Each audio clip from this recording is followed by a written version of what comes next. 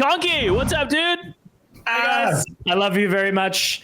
As I said, it's been a while since I've seen Nico in person, but I saw Kentrell and Sleepy not too long ago. So That's right. Yeah, it's good to be here, boys. I'm very excited. Nice. So you're in Australia now, back in down there. Yeah, down there. Yep. So what have you been up to, man? Like, I know you're a busy man. You are juggling a couple of different lives, I believe. So maybe just give us a bit of a brief on who you are, what you do, and how you're doing so far. Yeah, man. Yeah, like funny as like I literally left an insurance thing probably 10 minutes before joining this. So life is kind of scrappy for the rest of the year, but that's the way it's been. Like, so for me, I have been working as an insurance broker. So it's kind of like businesses will come to me and then I'll help them get their shit together sort of thing. That's the way we'll sort of go with it. And I've been doing that for, I think, 12 years now. So that's very much been like my main hustle, I guess you would say. And then on the side has always been esports, and esports has had that allure, you know, like I really wanted to like dive into it 100%. But as life has kind of progressed a little bit and I've obviously met my now wife and things like that, it's been very hard to throw responsibility out and be super selfish. You know, I've had to find over the last years, I've had to be much less selfish, I think has been the big thing.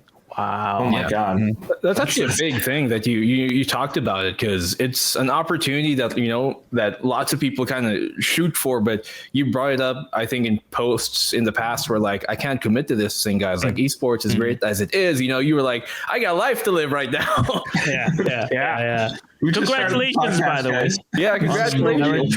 That is such an achievement. It feels weird, man. Dude, look at that.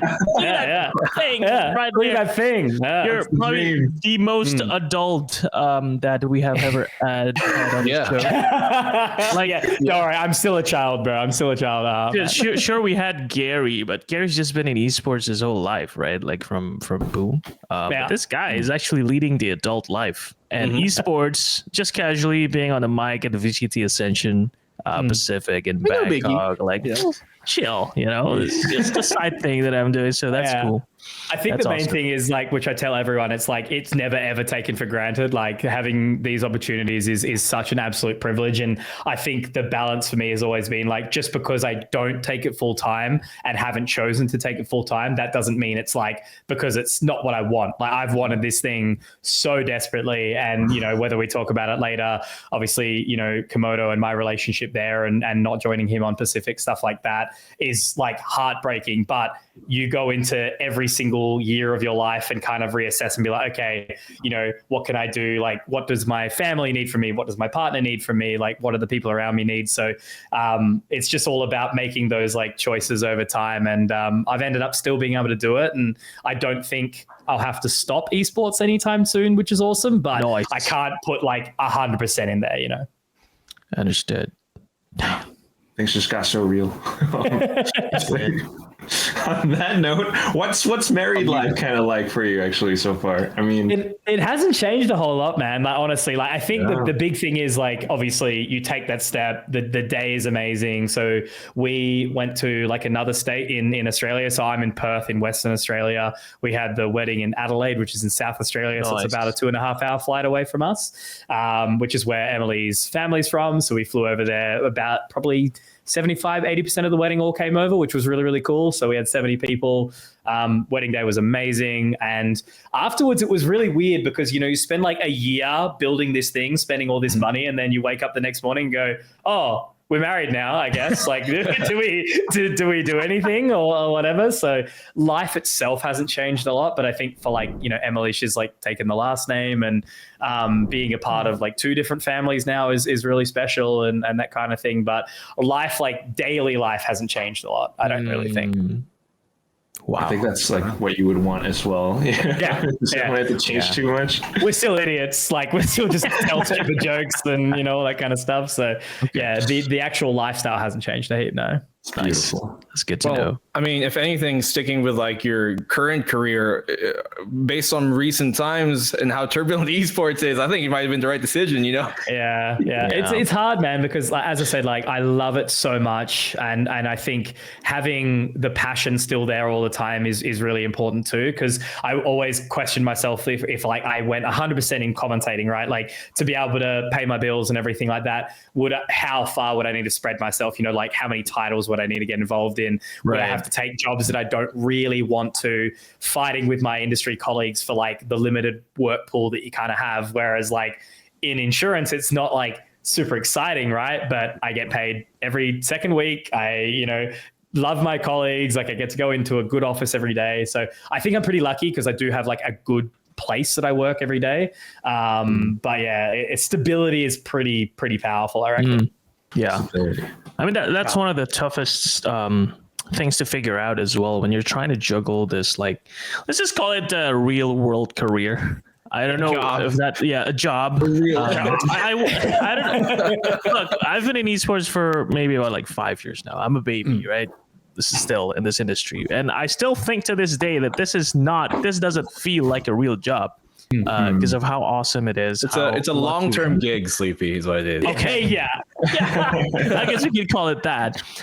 So what I was trying to say is like it's tough to balance things like that the way you've done. So I think that in and of itself is already pretty impressive. And you've stuck around for quite some time now. And what I'm curious about is how did you even start getting interested in esports and commentating? Like where was that seed acquired?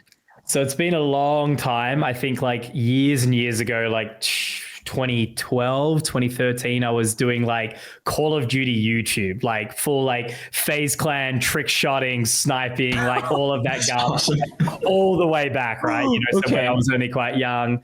And then I gave up that after a while and moved into, I think, like League of Legends for a little bit. That was my vice for a long time, into PC gaming, but it was from like a laptop sitting in my bed and, on like 200 ping because there wasn't Australian servers yet. And then Counter-Strike happened and it was like, whoa, this like FPS world was just incredible. And I made a lot of friends and you start playing online and they started competing at a kind of like tier 2 Australian level, which is like tier 20 or something like that, right? in the Steam world. But they started playing comp and like I was good enough to play like ranked with them, right? But not ever to compete with them. So I moved out of home. I got good enough internet so I could stream. And then my friends were like, well, why don't you just like stream one of our games one time? I was like, oh, okay, all right, I'll stream this. So the most biased cast ever came out of my mouth, right? For my friends being like, this other team sucks, like these guys are doing so well.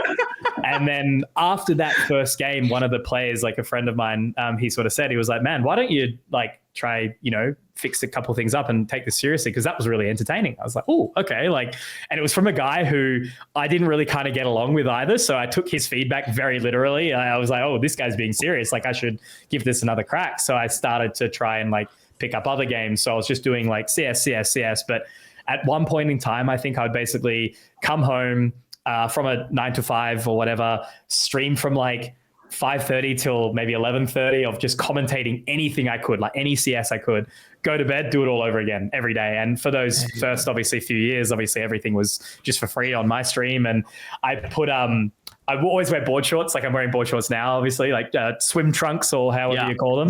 And then I would put a suit jacket over the top and I have a tie and be like very formal. And I put my webcam in the top left of the screen. And that was like kind of my little personality in each commentating thing. So yeah, early days. And eventually I kind of begged ESL for like a gig. I think is the way I put it. Elfish guy will be able to give you that full run one day if we ever talk about it. But he was the talent manager at ESL for a little while before, whilst he was still commentating. And they basically got in touch with me. They were like, you can't work this gig that you're asking for, but we'll have a call. So I was like, great.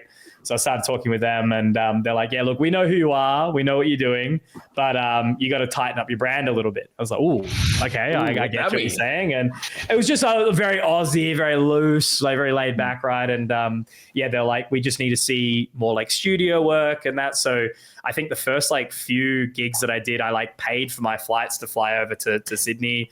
and might have got paid like, flights context might have been like $800, and then I get paid like $50 to do this like show, right? So the early days were like a grind, but because I loved it so much, I just kept doing it and took any gig that I could. And then this like kind of niche game called Valorant, I don't know if you guys have heard about it, got released. Rings a bell.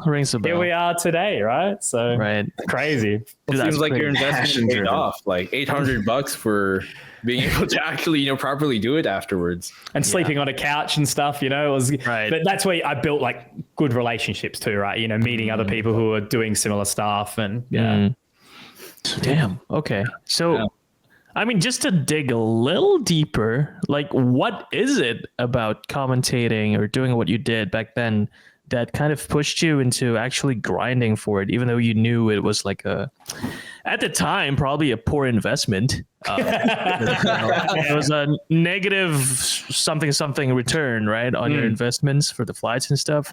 Yeah. But still, you did it. Like, what is it about what you did back then that really like pushed you to just keep going?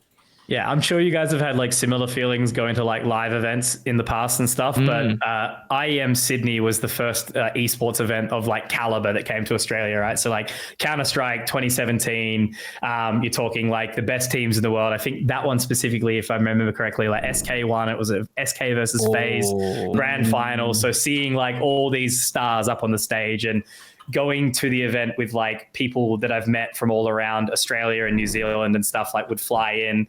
We stayed there. We worked like, just watched the games all week. And I think watching them live gave me that kind of like passion for it. I was like, if I can do what like Sadicist and Henry G and stuff at the time were doing, or, now like, you Sponge and Machine, or, we've got so many great duos in Valorant too.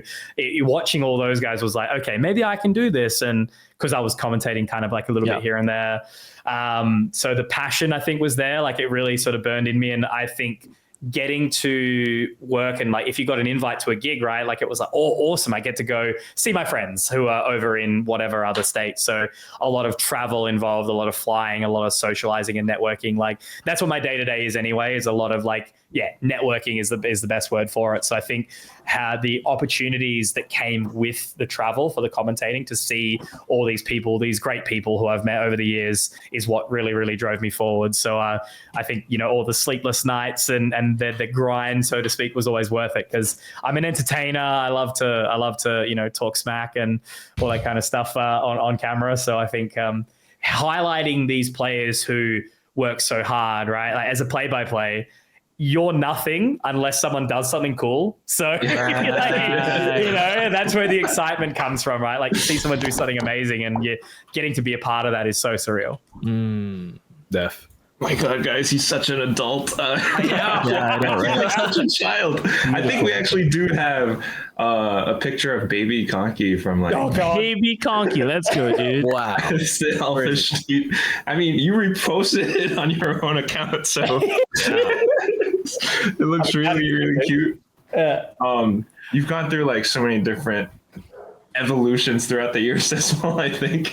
But I think the ones that really stand out for sure, apart from baby Conky photos, is like the insane clips that you nail sometimes, the plays that happen. It's the one in 2023, Boom versus, I think, Sersha, that was the one that stood out for me. But I'm sure there are so many more. Yeah. The funny thing is with that one is like, and you obviously, Nico, you worked this event too, right? But Kentra was there too, is day 3, the day 3, like Thunderdome, right? Where we all got a big amount of like feedback on how the show's been going and everything like that.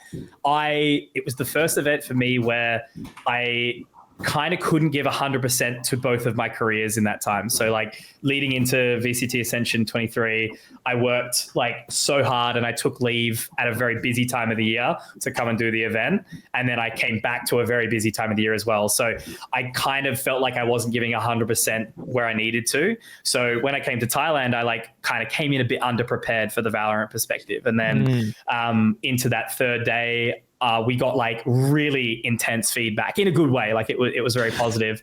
And I spent the next 48 hours like living in my head of like, oh my God, I've like done all this wrong and I couldn't believe I've done this wrong. And if it wasn't for that game, like for that famous call, like the paparazzi one, if it wasn't for that call, like I kind of say it a bit jokingly because I don't know how true this is, but I don't know if I would have had the same passion if it wasn't for getting that game. Because me and Dion like did really, really well commentating. Like we were flowing on the desk well with Mac. And I think I kind of thought I did so badly days 1 to 3 that I'd finally got the chance to go to Ascension. Like I'd grinded to get there. And then I like fucked up, like what a horrible feeling that was. And if I didn't have day 4 where I like it went to, Reddit and all that and the VLR and all that kind of stuff. If that didn't happen, I would have genuinely come home and like questioned everything that I've done all these years for like so long. Yeah. Is that your favorite call? Like, do you have a favorite call that you've made? And is it that? That's probably one of them. The only other thing that could potentially, I think this year, Thailand, like in Bangkok, the grand final or the lower final that we did together was probably the best we've ever commentated together. Like, I think that was the best job I've ever done, like me and Dion together. But yeah, the famous call is probably my most fun. Like I felt like I did pretty good in Thailand this year, but that's definitely the most memorable one, I think. You almost say the context means everything, right? Make you famous. Yeah.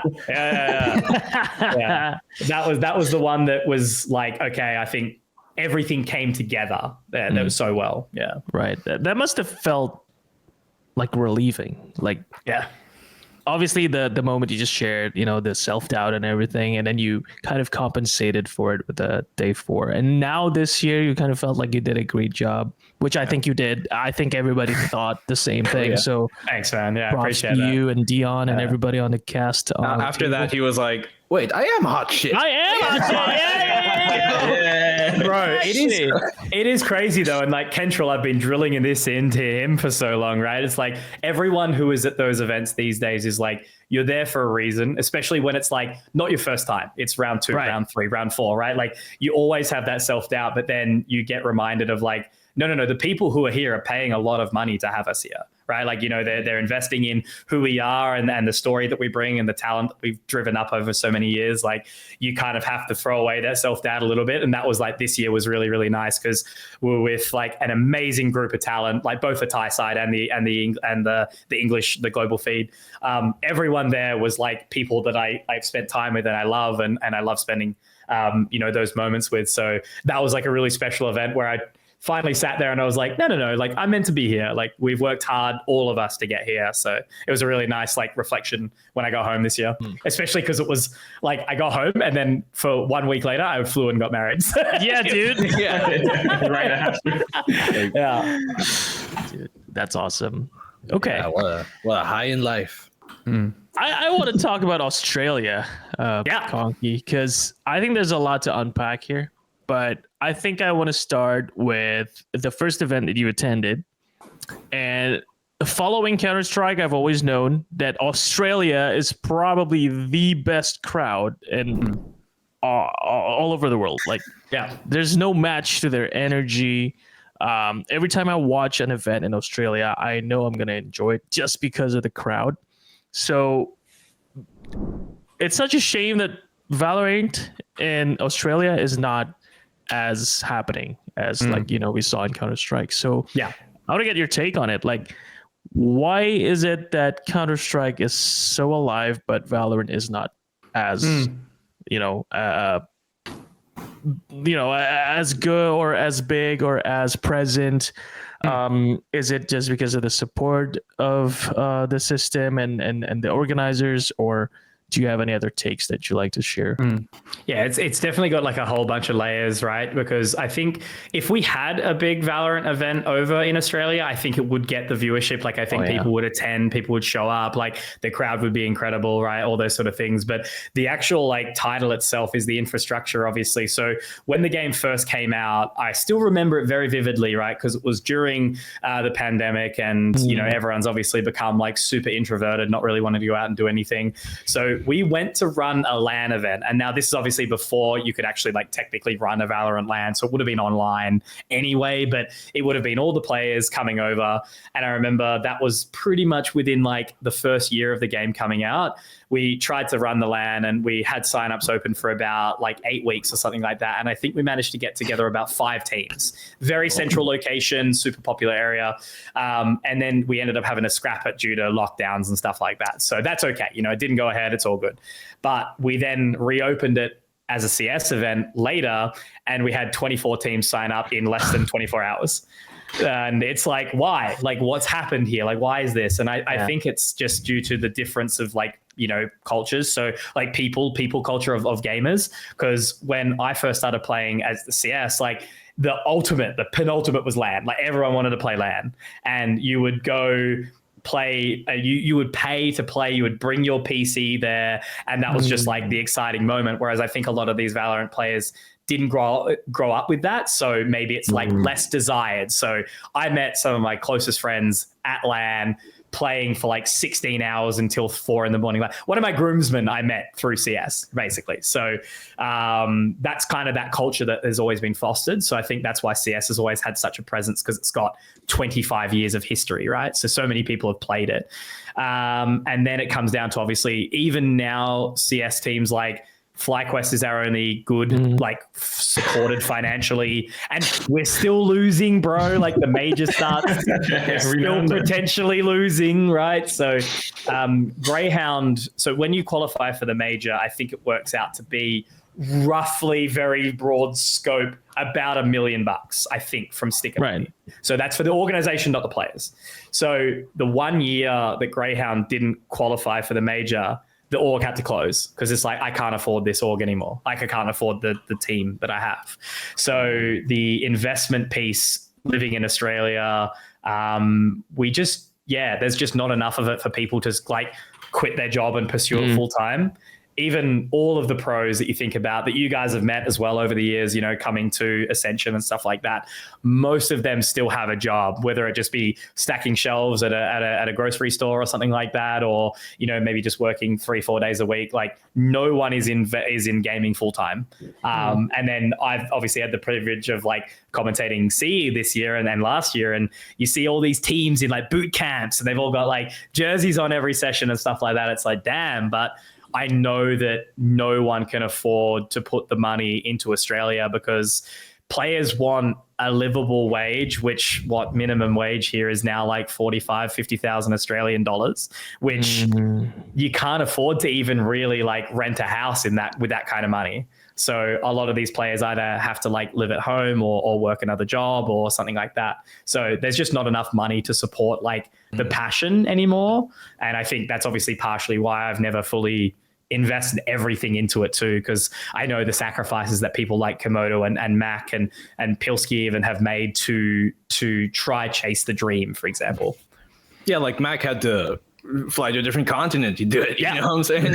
Yep. And even then, man, his first year was like really hard too. Yeah. It's interesting that you bring the comparison up to SEA, because for a long time it wasn't like that, right? But then kind of like a sudden boom in the past, 6 years maybe, especially. Yeah. And, since you kind of brought up Renegades as well, I've never told this before or never said this out loud, but one of my biggest fanboy moments in my entire esports career has been when Dick Stacy followed me back on Twitter. I used to have his sticker in CS too. That's deep. Nice. Yeah, he's a good boy too. And for him, for example, like before gaming, he was working. It was in a trade, like in some sort of manual labor. I can't remember if it was like concreting or painting or something like that. Wow. But like he was just some guy, and like was playing games on a laptop. People thought he cheated, and then decided to take it a bit more seriously, and then became like, this icon in esports. So I think no one will ever forget the old thick, hard and pumped interview that he did with Stunner. Yeah. So yeah. I loved having the word dick on my There it is. Yeah. There it is. That's the sticker. Dick? Yeah. So funny. That is so funny. So iconic. Oh man.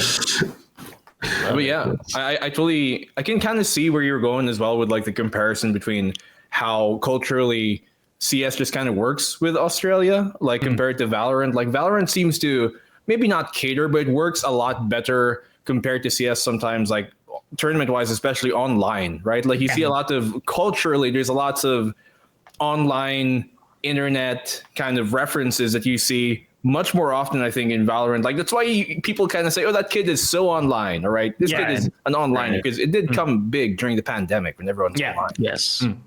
Yeah, I can't really blame Valorant. Valorant is a pandemic baby.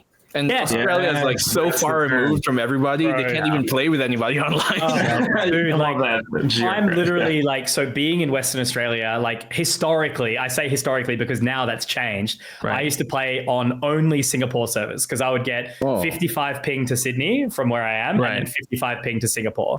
Well, so that's not bad. At least on Singapore, I could play and like everyone would try really hard and they were nice and no one was saying bad things, right? Like, really? Are you sure you were in Singapore? Hey, listen, I was not in Radiant Singapore, okay? I was down with the, you know, but everyone seemed to be a bit more like, everyone would listen a little bit more. There was more games, like that kind of stuff. But for whatever reason, my routing at home's changed. So now I get like 120 ping to Singapore. So I'm stuck on the slums in the Sydney servers again. So it's 100 plus now, man. It sucks. It sucks. So that's a big thing. So even back in the day when some of these like events would be Asia incorporated, players would, instead of flying to Asia, they would fly to Perth so they could then play on 60 ping to Singapore and actually be able to compete in some of these Asian qualifiers. But outside of that, yeah, man, like if no one has and it's not cheap to fly to Perth either. Like, you know, you can fly in Asia, for example, for pretty cheap these days. But like, if you want to get a team accommodation a week worth of like, you know, six flights, like five players and a coach, like you're talking like it's going to cost you like $10,000 to do a boot camp. It's ridiculous, man. And orgs just can't afford that, because also that's the thing. There's always been a battle. Like I've always tried to drive my personal brand because that's the only way I get work. No one's hiring Conky because he's a good caster, right? It's like, you're going to hire Conky because he might be able to get your brand a few clicks. Like, whereas the players, they're like, I'm going to get paid because I'm good. Like, so there's an expectation that I don't have to do content. I don't have to sell this monitor or this keyboard or whatever, you know? So that's why you'll always see that the players who are happy to lean in, so, you know, like a TENS or stuff like that, they're going to do brand deals with companies who are like, this is my mouse and I use this and I'm the GOAT. So many people don't do that. And that's why they kind of fall behind the rest of the pack a little bit. It sucks that your routing changed suddenly, which is a perfect segue to our new VPN sponsor. We don't have one yet, but you guys maybe be looking for one in the future. Give us. That was so smooth. I thought I missed a brief. Shout out to whoever's going to come on our episode. Sponsor the show. We need please sponsor the show. Yeah. Nice. God damn. Name drop. That's why we do have like another name drop. It's, you know, geographically challenged. For OCE.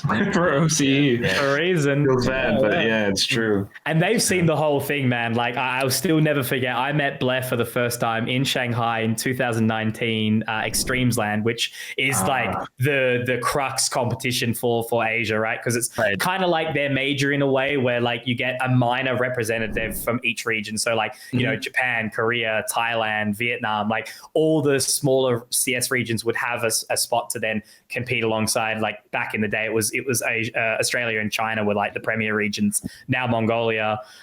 So like I met Blair back then, and that was when we were truly geographically challenged. Like we sucked. And then, like, thankfully now, like, you know, we had the Renegades era, which was pretty good, and then now obviously Mongols are, you know, sort of a top 3, top 4 team in the world. So we've definitely had some good CFs come through, and we're so privileged in Valorant that like APAC is so strong, right? You know, China's a titan, and is that the old? Oh God, that's the one. That's the one. Baby Conky?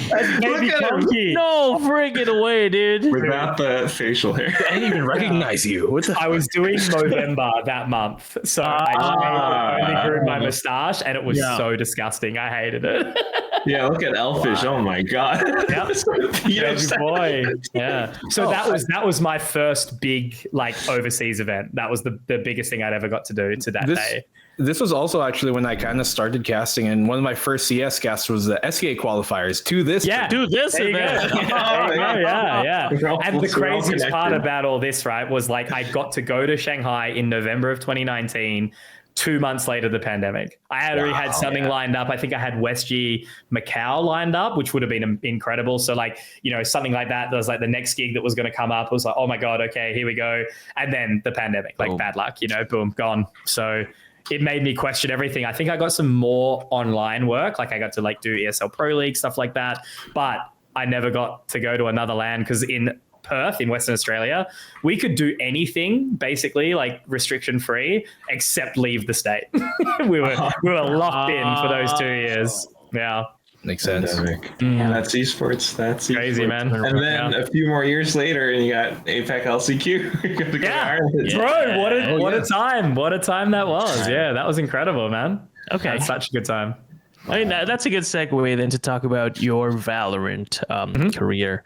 And obviously, we've known you from way back. You started during that period with Komodo, but if I recall correctly, you did start out casting with Komodo already. Right? Yeah, yes. Pretty much. So he came to me very, very early on and was like, hey man, like I'm learning to, you know, commentate. I'd love to do some duo stuff because early on in Australia, a lot of us were doing just individual casts. So like you just do a solo cast. You turn on your own stream and you do solo casts. And then one of the guys, Jim, was like, I don't know why so many of these people are doing these individual casts. Like, why don't you 10 people like start to duo up, start to partner up? Right. So purely by accident, I remember I was watching one of Komodo's shows and he was like, bro, like, come on, like we should do a cast one time. So I was like, okay, yeah, sure. I'll give that a go.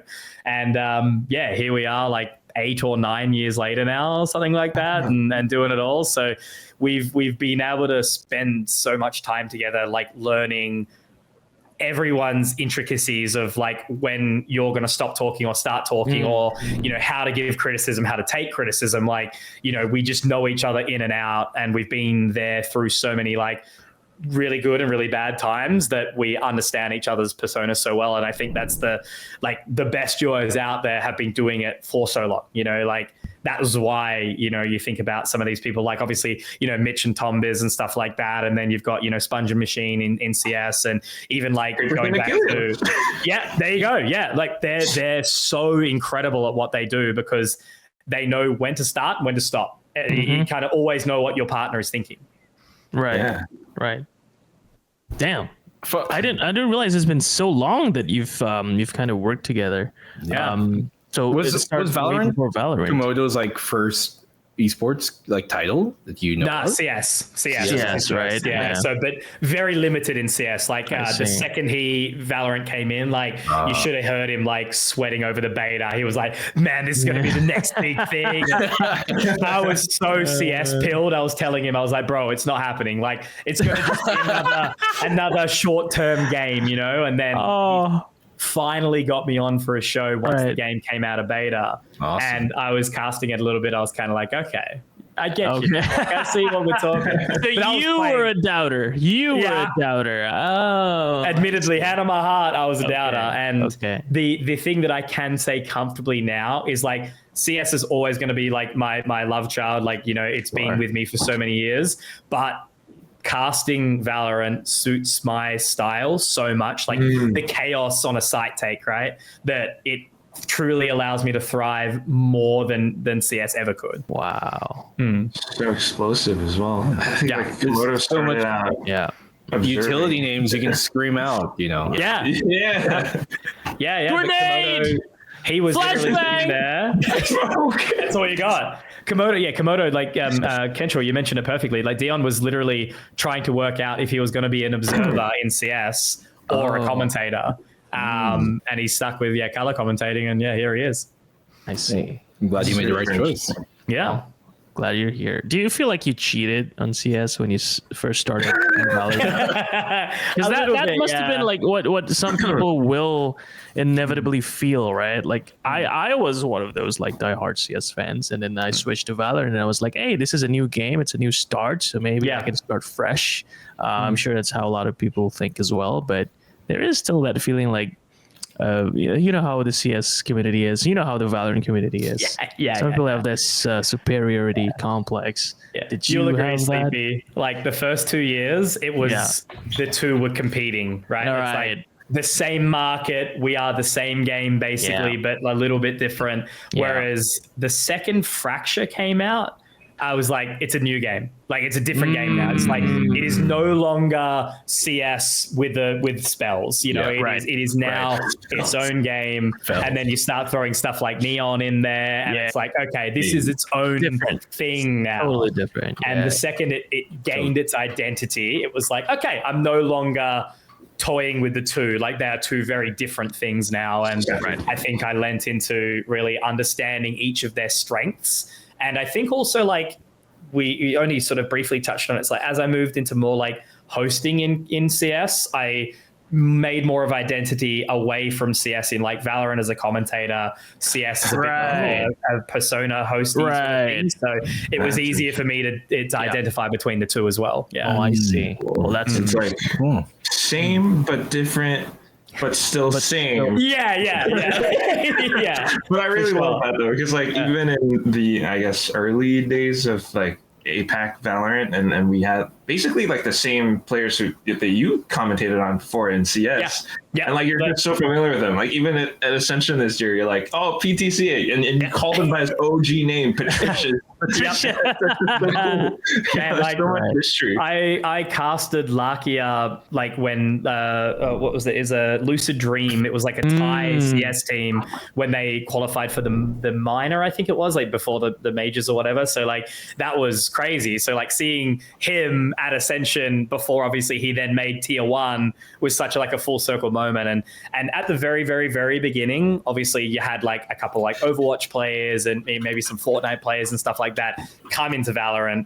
But the CS, because the game was so similar, the CS players dominated for a reason, obviously, because of the tactical depth and the experience. But now, like, you've got all these players who are new to Valorant, who are just gods. Like, you think about all these players who never had a previous title that they started in Valorant, because it's been out, 6 years now, or 5 years, is like, they're their own thing now. You know, they started in this game and they got to the top only on that game.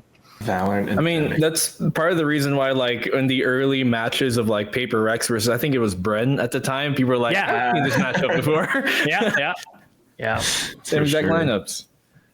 Yeah, now it's kind of drifted away. That's what it is. And we definitely can't do like Conky podcast episode without talking about your stage hosting for sure. I think we've got some good clips as well. I mean, it's just so like fun and loud with the Aussie crowd. But then at the same time, there's this thing that I'm also kind of not very familiar with, but it looks really fun, and I'm very curious and confused. What is this head rubbing ritual thing that we have? Yeah. Do any of you guys know? Because I don't. Yeah, I don't. It's all driven by like one moment. So I'll give you like the hosting thing is just a whole scary beast in itself, because ESL Challenger, which is kind of like a tier 2 level event, came to Australia in 21 or 22. I'm still trying to remember, but it must have been 22. It must have been 2022. And I was like, there's probably 6 casters that were kind of in that bracket of like, they'll get the gig. And I was just outside of that bracket. So me and Komodo were not quite in the top 6, I guess you would say, duos that were going to get the gig. So I was hoping that I was going to get asked as a commentator. But then I got an email from ESL saying, hey, Conky, like, we want to try you as a host. And I was like, ooh, I don't know how to feel about that, because that's going to change my identity. Plus, I'm really nervous. Like, I don't know what it's going to be like. So my first opening that I did at that event, the doors kind of just opened maybe like 3 minutes before I went out. So there was only probably 20, 30 people in the crowd. So I've done my first open, which is just like a very basic monologue of, welcome everyone to Melbourne, and then I threw to the crowd and I got like a, woo, in like the background. And it was just enough that made me go, okay, maybe I can do this. And cool. There was one row of very loud and passionate players called Row F. They were sitting in Row F, right? And because of them and their energy, that every single time I threw to the crowd, they threw back. So that gave me kind of like a little bit of life, that I was like, maybe I can do this, and I just kept like working on my questions for the players and listening and watching and taking feedback. So I built my confidence up a little bit. But yeah, as we got to IEM Sydney, that was like the mecca for me, right? Because I watched it 2017, 2018, 2019. I think maybe in 2018 and 19, I kind of did some like booth work and stuff like that, but I didn't get to work the event. I wasn't on the roster. So there was one player, Elige, who had just gone bald. Like he had just gone bald. And I was standing up and the same people that would have been row F were chanting, rub his head, rub his head. And I was like, bro, like, do you hear what they're saying? And he goes, I think so. And I was like, do you mind? Like I asked, he goes, yeah, man, like do it. So I rubbed his head and the crowd was like, yeah! Like, and that was the first stage interview I did at that event. So then every single player after that was like, rub his head. So here it is. Yeah. Here we go. Okay. With Team Liquid, and you walked away with a win. How does it feel to be back here? It feels awesome. Pretty serious the crowd has been so fun. I'm rubbing the head for you guys. Don't worry.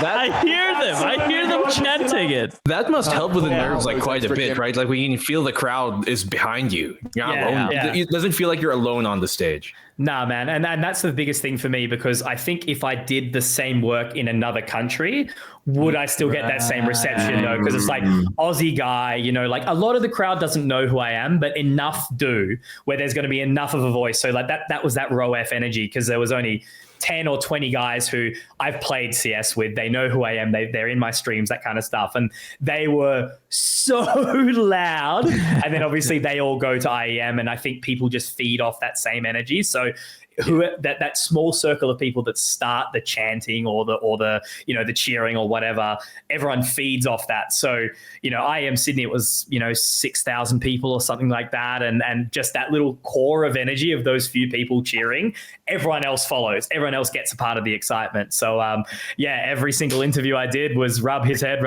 and I asked everyone very nicely, I was like, do you mind, is it okay? Like, bro, rubbing Rain's head, it's like he's like a Nordic Viking. He's like jacked, like 6'4". I'm like, bro, do you mind? I'm like, you know. But everyone was such a champ. Like they were so nice, and I think because obviously the players are the same, right? They're getting around whatever the crowd's throwing at them. So yeah, that's where it all spawned. The bald Elige, and his head was very, very rubbable. Yeah.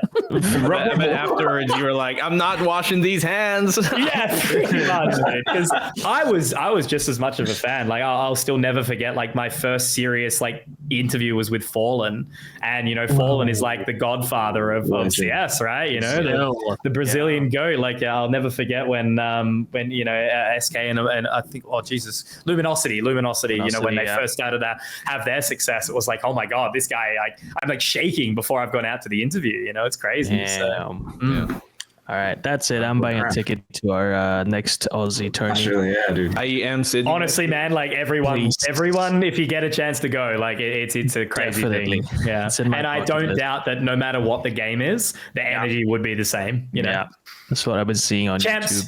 Champs Melbourne, I'm telling you. All right. I mean, okay, yeah. Look, fire, though. Funny you mentioned that, because here in the sheet, there is the word elevator pitch. Right? So there's our challenge to you, Conky. Yeah. Like, what would you say if you get 30 seconds to convince the upper ups and put on the insurance agent, put on the insurance whatever Riot. broker hat, and come up with a pitch in 30 seconds? Tell Riot Australia deserves an event. It's really hard because Riot's obviously very progressive in all ages, right? So CS is a little bit more adult, as it always has been, like very 18 plus in a way. Right. But IEM Sydney sold the most beer ever of any event in the event's history, right? And that's a 3-day gaming event that was like kind of almost sold out. Right. And that event, that arena hosts like music shows and like, everything, right? So I think that's the thing. It's like once you get the people there, the Australians, they will spend, they will buy, they will do anything. But we suck at like online stuff. I don't know. It's like you look at it. I don't know if you guys watch like the cricket or anything, but like at the Ashes, it's just been on over the weekend for the cricket. Like the Australians there, we sold out the Optus Stadium, which is like 60,000 people for like all 3 days. And the beer snakes are going like up like 20 stories of people. And, like the crowd just like loves anything, and if something's worth cheering for, they'll cheer for it. And no one's going to leave halfway through the game or, if their team's losing, they're going to bounce. Like as long as someone's up there that's worth following and has a little bit of a story, they'll follow it. So yeah, man, if you did a champs or a masters here, you would 100% go hard for sure. Like so what you're saying is it would get numbers. Sold. I am sold, dude. Sell me this water bottle right now. Imagine all the beer you could sell. Right? Yeah. So look, only other saving that's like a bit more human is like I went to with me and my wife. We went to Metallica just before our wedding, and the best part about that was there was like so many families in the mosh pit. I think that was really cool. It wasn't just about the alcohol. There was like families there too, so that was really cool. Yeah, we're funny you say that. Us Aussie don't just drink. We like to drink, but It's funny you say that. My buddy literally last night, he was like, "Hey, you want to go to Melbourne for Deftones?" I was like, "Dude, you should." What an invite! Thank you. I mean, Australia is such a destination. Like a lot of our. Myself and Jennifer, my partner, we have some idols, right? Like the bands that we love to watch and listen to. They never come here to Indonesia, or they just hate Asia for some reason. But they always happen to be in Australia somewhere. So it's always a destination. I think we're gonna end up there sometime in the next year or so. And we definitely got to go and catch games, and hopefully you'll bring us around and grab some beers, Conk. For sure, man. Whenever you guys are there, let me know. So, like, I think the best part is like it's still such a big place, but flying within it is still chill. Easy, right? Yeah. Where I am in Perth, it's I think it's the most isolated city, like major city in the world, because we're so far away, right? Right. You're like our time zone, right? Yeah, I'm on GMT 8. Yeah, same. +8. Oh, yeah. Okay.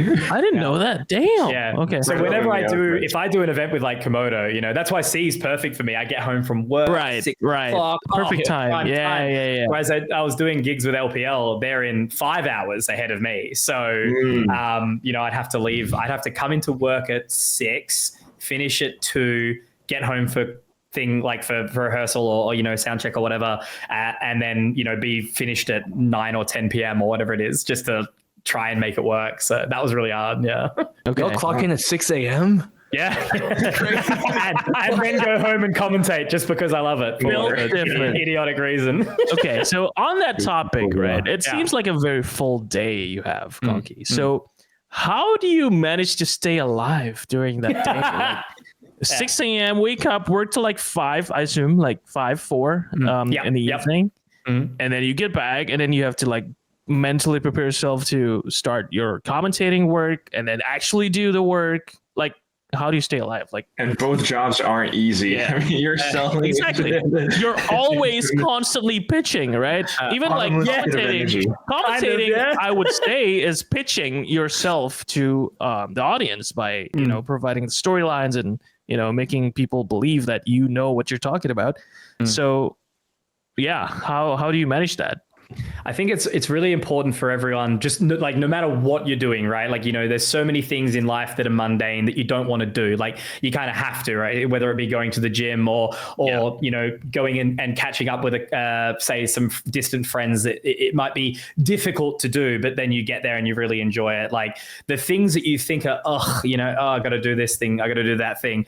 You got to find love and joy in everything you do in a way, because otherwise what's the point? So I think like when I was younger, I definitely, like so many others have dealt with, mental health and stuff like that. And I wasn't a huge fan of me, like, especially out of high school. Like I didn't like who I was.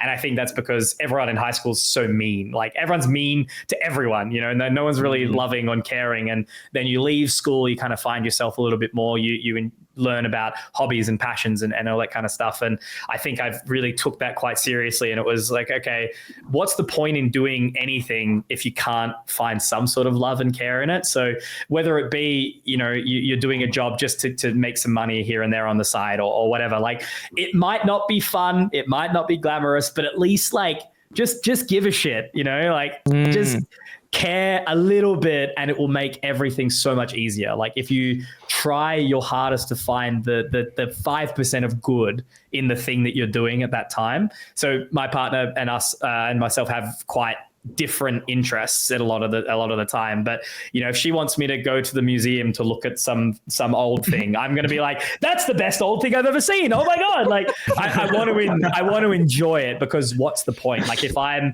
getting dragged along to something and I'm being like, fuck, this sucks. Right. I hate it. You're just a miserable prick. Yeah, it's going to suck more. It's going to make the time worse. Like, what's the point? You go to work to somewhere where I spend 40, 50 hours a week at my office alone. If I'm miserable most of that time, I'm not going to want to do it. I'm not going to ever, climb the corporate ladder or be able to put my family in a house. And if I'm a miserable prick all the time, right, I have to at least find joy. So that's, I think, been the really interesting thing about esports for me too, as well, is I've always questioned, like, if I went full time and had to start doing gigs that I didn't really want to, would I still love it as much as I do today? So I'm lucky in that sense that every single thing I commentate still to this day, like you get a shit game here and there, right? It's like, oh, this sucks, it's dumb.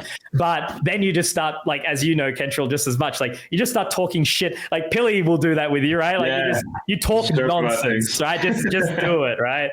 And at least still have some fun, even if it's not that fun. Like if it's raining, it rained on our wedding, right? Like the ceremony, it rained like a little bit. And we could have gone, wow, fuck this. We've spent all this money, all this time, all these people have come all this way. What a shit day. And then like, you've just got this like, black mark against your wedding day. Like, come on, man. Yeah. So instead I just tried to like find the stoke and be like, the photos are going to look so sick. And they did. They looked really cool. Well, folks, I think we know Conky's a half glass full kind of guy then. Yeah, dude. It's if you haven't gotten that already from like the first 5 seconds. Have you considered a career in motivational speaking? No, man. I'd be so motivated. I'd watch a TED Talk. Start a YouTube channel, whatever. There's too many people out there doing that these days. Like I think for me, it's just about, I don't think I have the skill set to share that wide. But if I can spend time with like, my friends and my family and my colleagues or whoever, the intimate circles that I have, if I can pass on that happiness in any percentage, and then someone takes that and passes it to the next person, like that's all I can do. If I make one person happy that day, that's all I need. Conky for president. I know. You're already making all of us so happy right now. Honestly, the most sage advice I've ever gotten in like quite a while. Let's go. Wow, that's awesome. This is what happened. What happens when you have an adult on our podcast, guys? We're still learning so much shit right now, Conky. Oh my God. Imparting so much knowledge. I do have more things to pick on for your brain, Conky, because, I myself, I'm a budding young amateur caster. Learning, still new. Yeah, right. Like, I really have so many questions. Like, how do you kind of tackle the nerves of getting on stage, like stage hosting for first time? You got some RoF buddies. What if you don't? How do I deal with that? And I think the bigger question for me is, how do you manage your energy? Because I have a screenshot from you and one of our WhatsApp group chats, and I quote, you're just kind of like, dang, what did you say? You just said, can someone bring me a throat lozenge, please? I'm gonna send. And oh my God, you did. How do you do that? I think because Mac was super critical of this. Like I've definitely, as I've gotten along. So this event, Kentrell, was probably the first time I felt my voice going. Like I was like, oh shit, this thing's like breaking up a little bit. Like I'm starting to be a bit worried. So I've luckily. Context, what event was this? This was at Ascension this year. It's just gone. For the viewers, yeah. For the viewers. So this year was the first year where I was like, oh my God, I can feel it starting to like croak a little bit, right? Like I'm going a bit too hard. And Phil reminded me, he was like, bro, like yourself. don't overcook it. Don't overcook it. I was like, okay. And then as I felt like that was right before map 4, which was the last map. I was like, this is probably going to be the last map. I can feel it. I'm just going to go hard. And then the video of us on the Instagram and the Twitter of our like final moment, like I gave it everything. And that was because like none of that's like fabricated. None of it's fake. Like in the moment, and I think it's again because of like, you know what it means to these players, like especially in tier 2, you have one chance. And this year is 2, right? Like it used to be 1.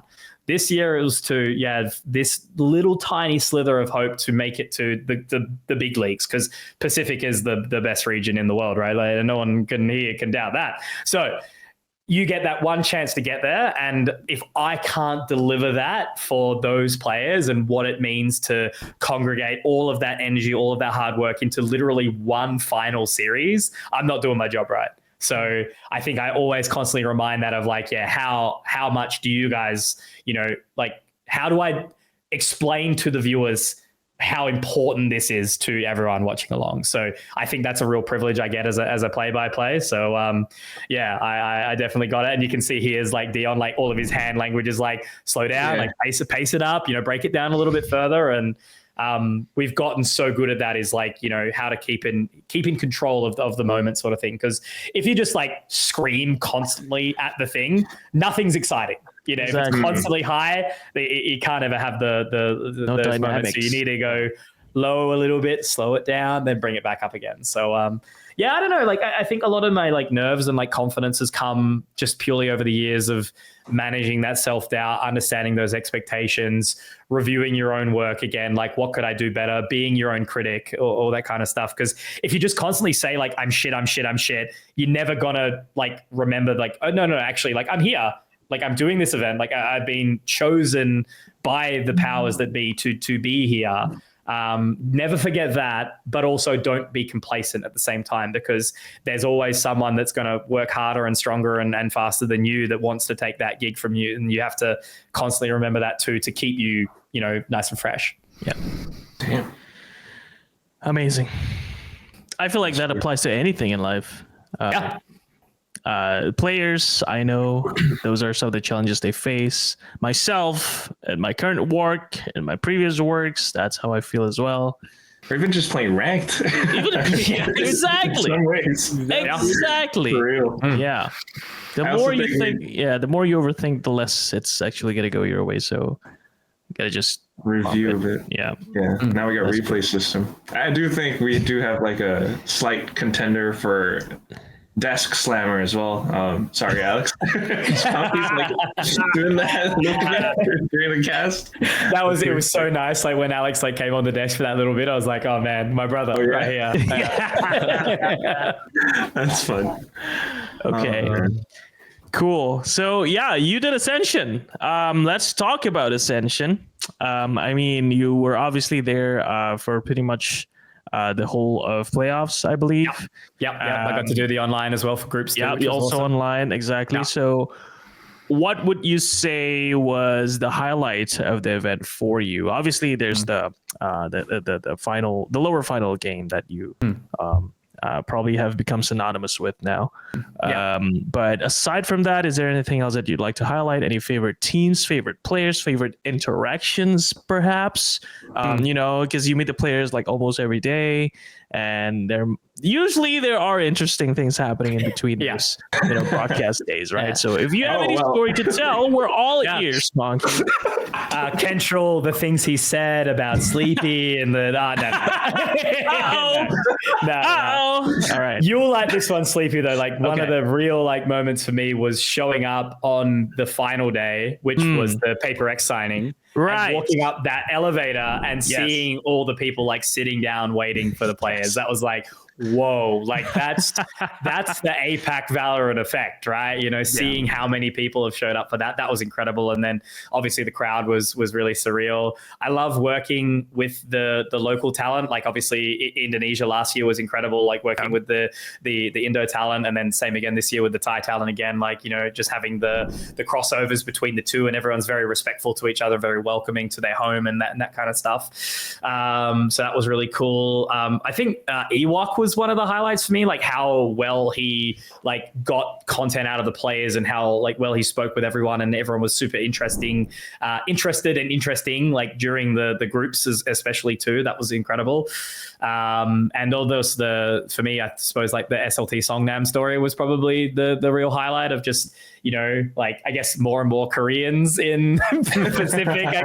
But, there's no doubting now like how good that region is, you know, like the passion and the hard work that goes in. So and then I guess obviously the main elephant in the room is like Boom getting that second opportunity to like get in again and narrowly missing it, but because Nongshim like came out playing Dambion Omen in the first games, and then all of a sudden then they're winning again. So I think the best thing about this Ascension was straight up that like every team felt like they could have won it if they showed up. Like you know, even I can't remember the name of the Indian team now. Velocity.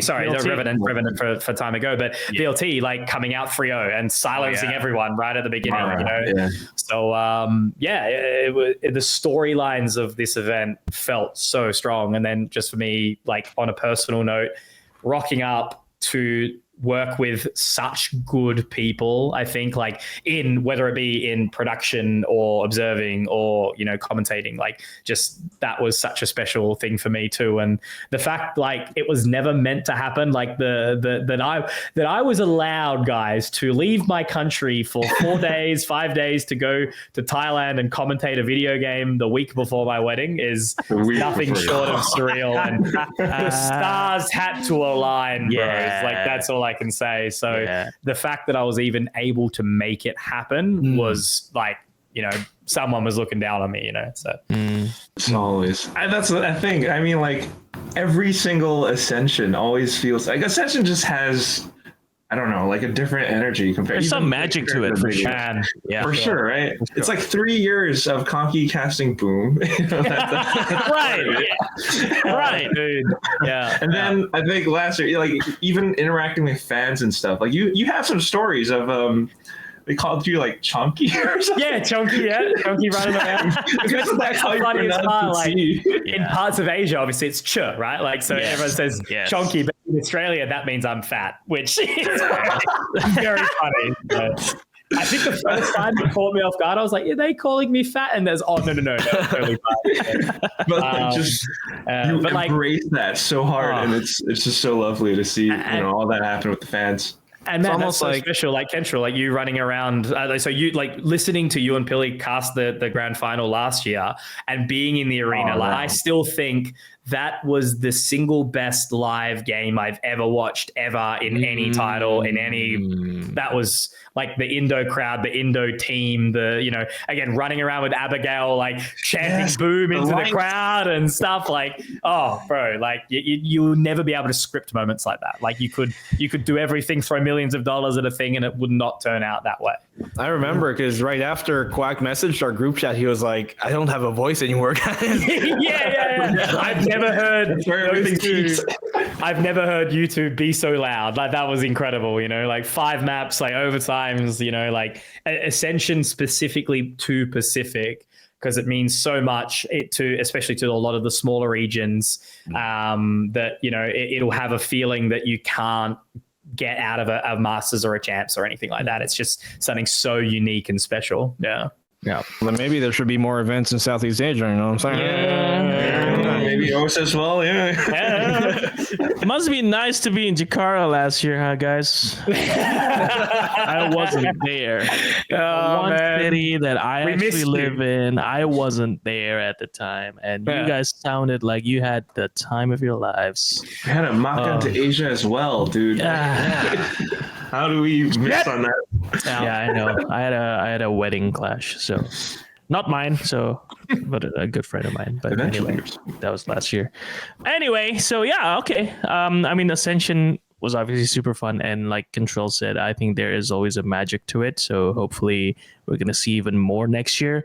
But I don't think there's an Ascension next year. Correct me if I'm wrong. No. Yeah, I don't think there is. So maybe we can talk about this a little bit before we end the podcast today. What do you think about next year's format, Conky? Like there's this kickoff with triple elimination. What does that even look like? I don't even know. Yeah. And then there's a challenger's path to champions, obviously, which I think is very important for tier 2. And I mean, you can argue if this is bad or good news, but broadcasts are going to be back for Southeast Asia and the individual countries again. So I'm hoping that this means there's going to be more tier 2 teams competing for that last 2 slots. Yeah. Or is it 1 slot to champions? I can't remember.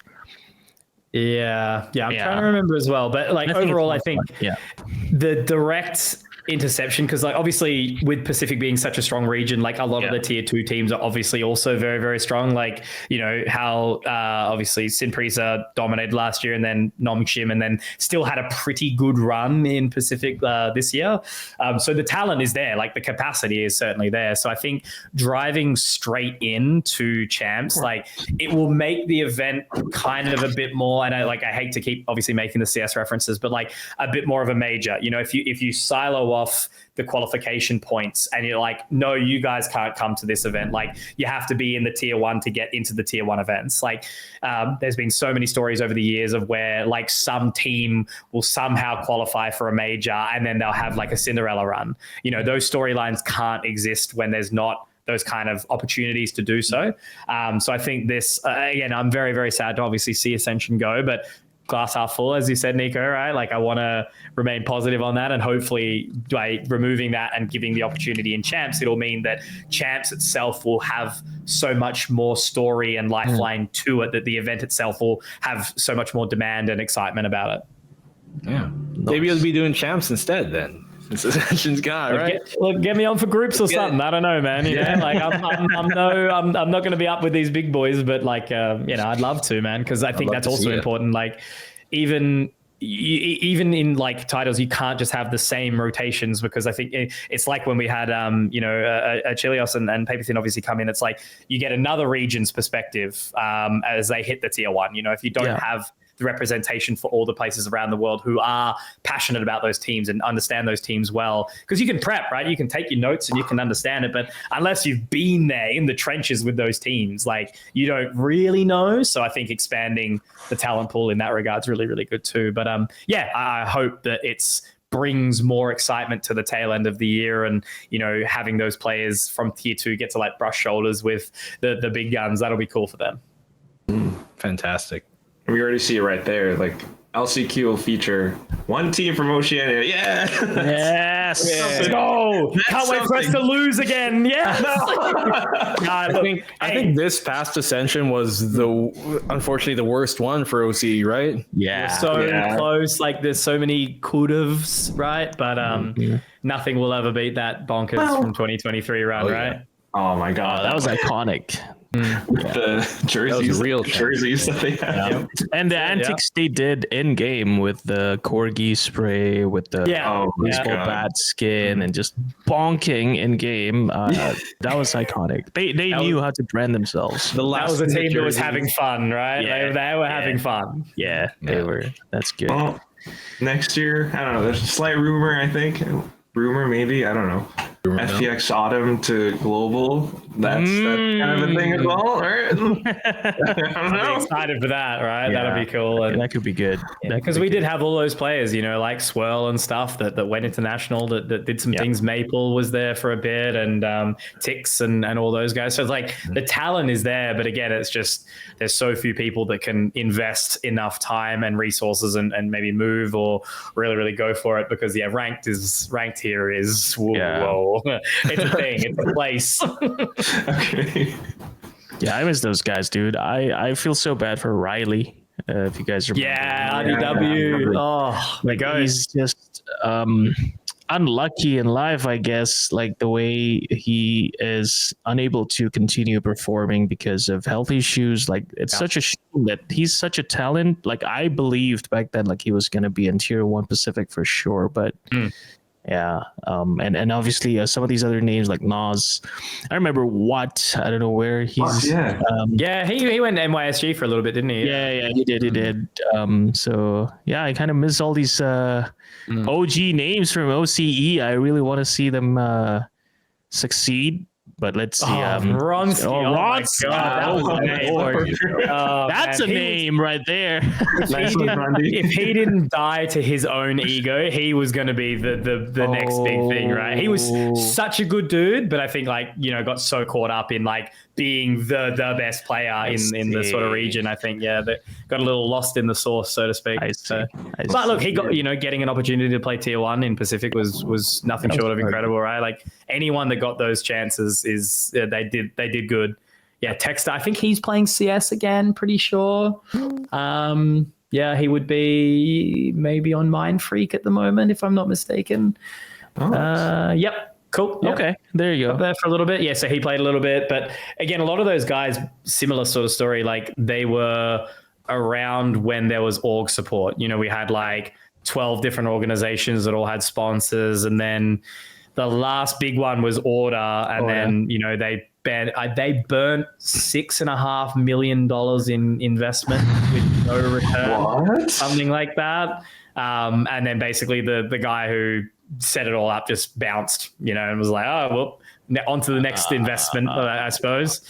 So, it's the region has definitely been abused because, again, we're not a cheap place to live, right? Like it's one of those things where you need to be, making enough money, and it's very hard to earn money back as an organization. So even those sponsors are limited. So we're lucky enough to have some sponsors that are still putting some money into like some local lands and stuff like that. But yeah, they're definitely hesitant because they got burnt like 10 years ago in organizations saying esports is the next big thing, guys. And then people refuse to do like a 30-second clip about the mouse, It was, players not understanding the game we play, right?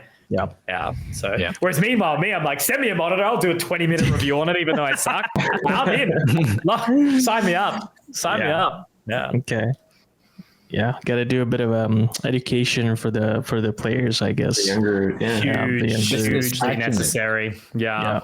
I think that's the thing, though. Like, I'm interested to see what the world's going to look like in this TikTok era, anyway. Right? Like, so many people are living in that little content beast of just scrolling and 6-7, etc. You found a way to slip that in. Oh God. It's an interesting world where we go forward, where I think, like, again, like the only thing, if I can say anything to anyone, you don't deserve shit just by being born or existing. Like, you have to, no matter what it is, you got to earn it in some way. That form of earning it can be in so many different forms, right? Like you can be, any effort, output, whatever, but you as a person do not deserve a fucking thing. You earn it from your peers and whoever it is. Yeah, you gotta fight for that. Fight for the good in life. That's what you got to do. Yeah. So that's what I think a lot of the current kind of era is missing because of that instant gratification. You want something, you get it immediately. Yeah. So yeah, that'll be interesting. But all you can do again is just push it to the people around you, right? Like do good. Sheesh. I had to Google. I got to take. Yeah. Nico's a boomer like me. Let's go. Yeah. What? The only numbers I knew that were memeable were like 6'9". 6'9". I'm pretty sure at some point we all Googled it. But it's a different world right now. So I mean, I think that's pretty much it. Unless there's anything you want to share, Conky, or any more questions from our beloved hosts. Things to look forward to, perhaps. I don't know. Yeah. I've got one more event for the rest of the year. I can't say what it is yet. Like, I'm sure people can probably piece the things together, but I'm doing one final CS event for the year, which is going to be amazing. My wife's coming with me, which I cannot wait for.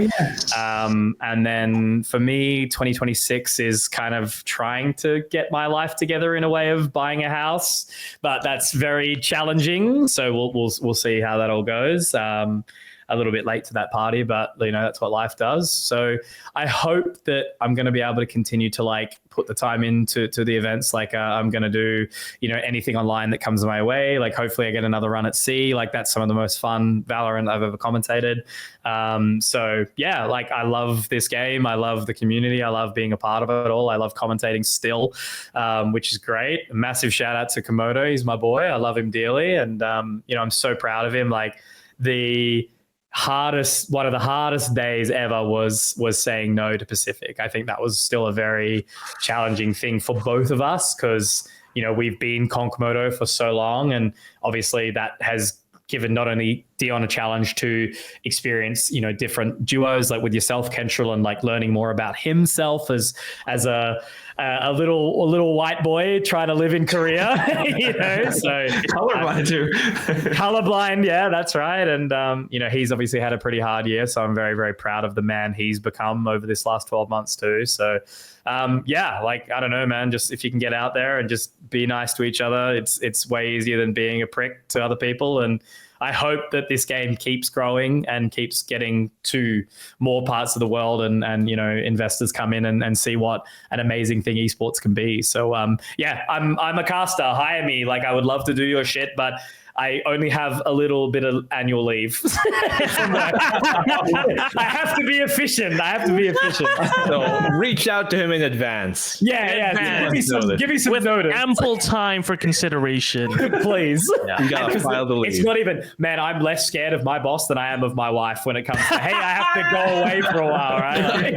Hey, no, but like props to her for being supportive and allowing you to do Ascension a week before your damn wedding. Dude, that's actually crazy. That's the original sell was that she was going to come with, and then she made the choice like right at the end to be like, no, I'll stay home just in case anything pops up or one of us gets sick or something like that. So she is the reason I am the man I am today. So for sure. Yeah, big shout. Also, props to you for staying connected to her like all those nights that you were there, bro.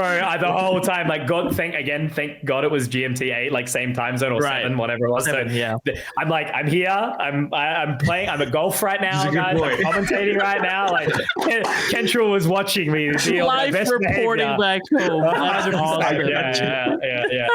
Yeah. Even when we're out in the city, it was like 3 a.m. I'm like, I'm in my grab on the way home right now. Like, I'll be there.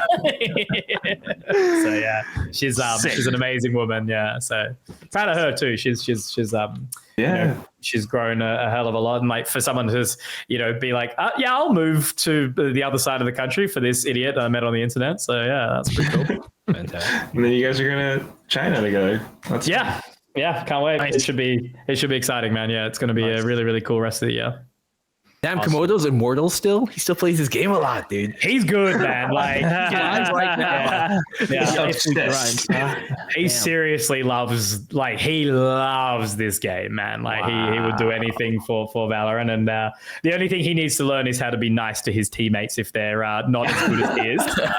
I see. This is not how the execute goes. If he's bullying me for not knowing any lineups, bro, I'm like, Dion, have you even known me for the last 8 years? Come on, man. Yeah. So funny, bro. That's fun. All right. I think that's it. That's a wrap, ladies and gents. I mean, there's the ladies here. But you know what I mean? Thank you so much, Conky. It's been a fun time with your stories, your sage advices, and everything that you've told us today have been a revelation. Thanks so much for having me, gentlemen. I love you all dearly, and I love what you guys do. And I think massive shout out as well to VALORANT2ASIA and Juandi as well. He's the GOAT. So yeah, thanks for having me. Yes, sir. All right. We'll see you guys in the next one. Don't forget to like and subscribe, comment what you want to see next, who you want to see next, and any questions. Follow Conky on social media. Follow him on his next journey of commentating in Valorant or CS or whatever he chooses to do. Hey, we're low-key consistent now. Yeah. actually kind of consistent. Yes. So that's an improvement. Thank you, Conky, for supporting our journey to consistency. Let's go. So yeah, we'll see you guys soon, guys. Thank you. Bye.